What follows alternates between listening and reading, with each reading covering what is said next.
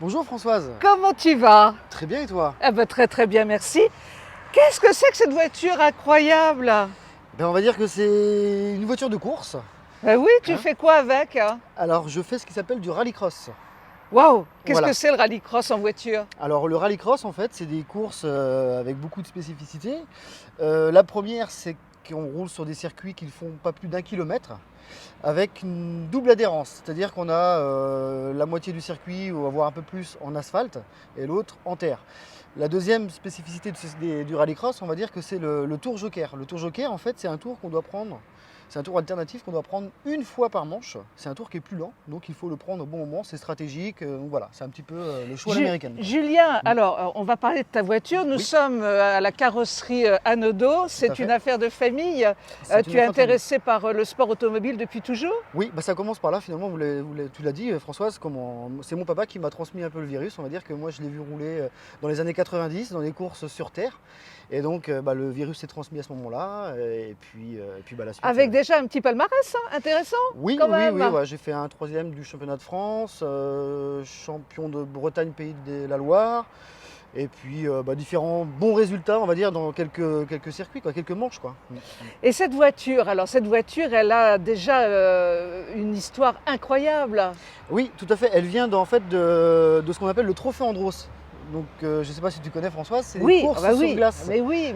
Oui. Et donc c'était une voiture qui était officielle c'était une officielle de Opel en fait. Et donc les carrosseries pour en venir un peu à la voiture, c'est que c'est des carrosseries en fibre, donc on peut moduler et on peut changer, mettre au goût du jour à chaque fois. Tu vas nous faire le tour, on va poursuivre tout ça et tu vas nous expliquer un petit peu en faisant le tour de ta voiture les caractéristiques parce qu'elles sont nombreuses. Oui, tout à On fait. te retrouve tout de suite. Julien, si tu nous faisais le tour du propriétaire, on va tourner autour de ta voiture et on va regarder un petit peu ce qui se passe. Alors Avec d'abord, plaisir. peut-être l'intérieur, on s'aperçoit que c'est très très très spartiate. Hein. C'est rudimentaire, oui, tout à fait.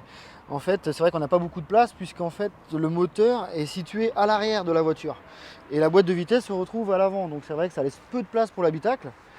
C'est vrai que ça ressemble à une voiture, mais c'est très particulier puisque c'est un châssis tubulaire. C'est un châssis vraiment entièrement en tube. Et après, c'est de l'habillage en fait en fibre de verre. Bon, c'est pas des plus confortables, il faut Pas dire des les plus choses. confortables, En même mais temps, c'est pas ce qu'on cherche. c'est pas non plus le but. Hein. Non, du tout. On est bien parti pour faire une course. Alors, Voilà. on va tourner un petit peu autour de Oui. cette incroyable voiture dont tu me disais qu'elle a fait le trophée Andros. Absolument, oui. Elle a fait le trophée Andros, on l'a reconfiguré pour le rallycross puisque c'est vrai que c'est pas tout à fait les mêmes. On remarque le même bien qu'elles réglage. n'ont pas de plaque minéralogique, donc elles Non ne plus. peuvent pas être conduites sur route, ces voitures. Du tout, non. Oui, tout à fait. Non, c'est vraiment spécifique au rallycross.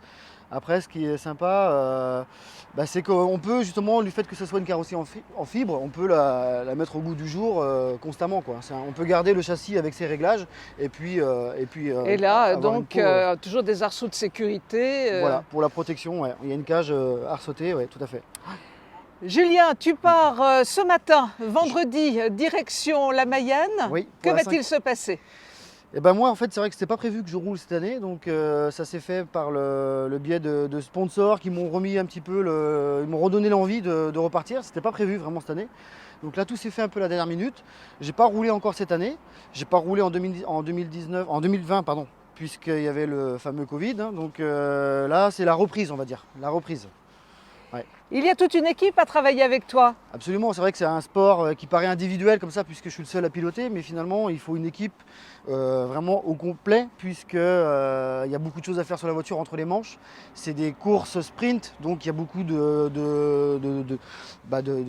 touchettes, on va dire. Il faut vraiment contrôler la voiture systématiquement, quoi.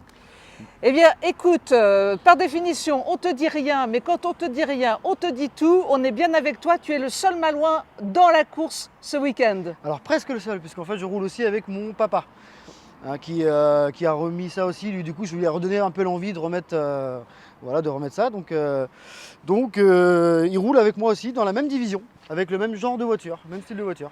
Eh bien, tous nos vœux vous accompagnent pour ce week-end. On vous embrasse et puis vous nous direz le résultat. On compte sur vous. Avec plaisir, merci. Merci Julien, au revoir. Au revoir.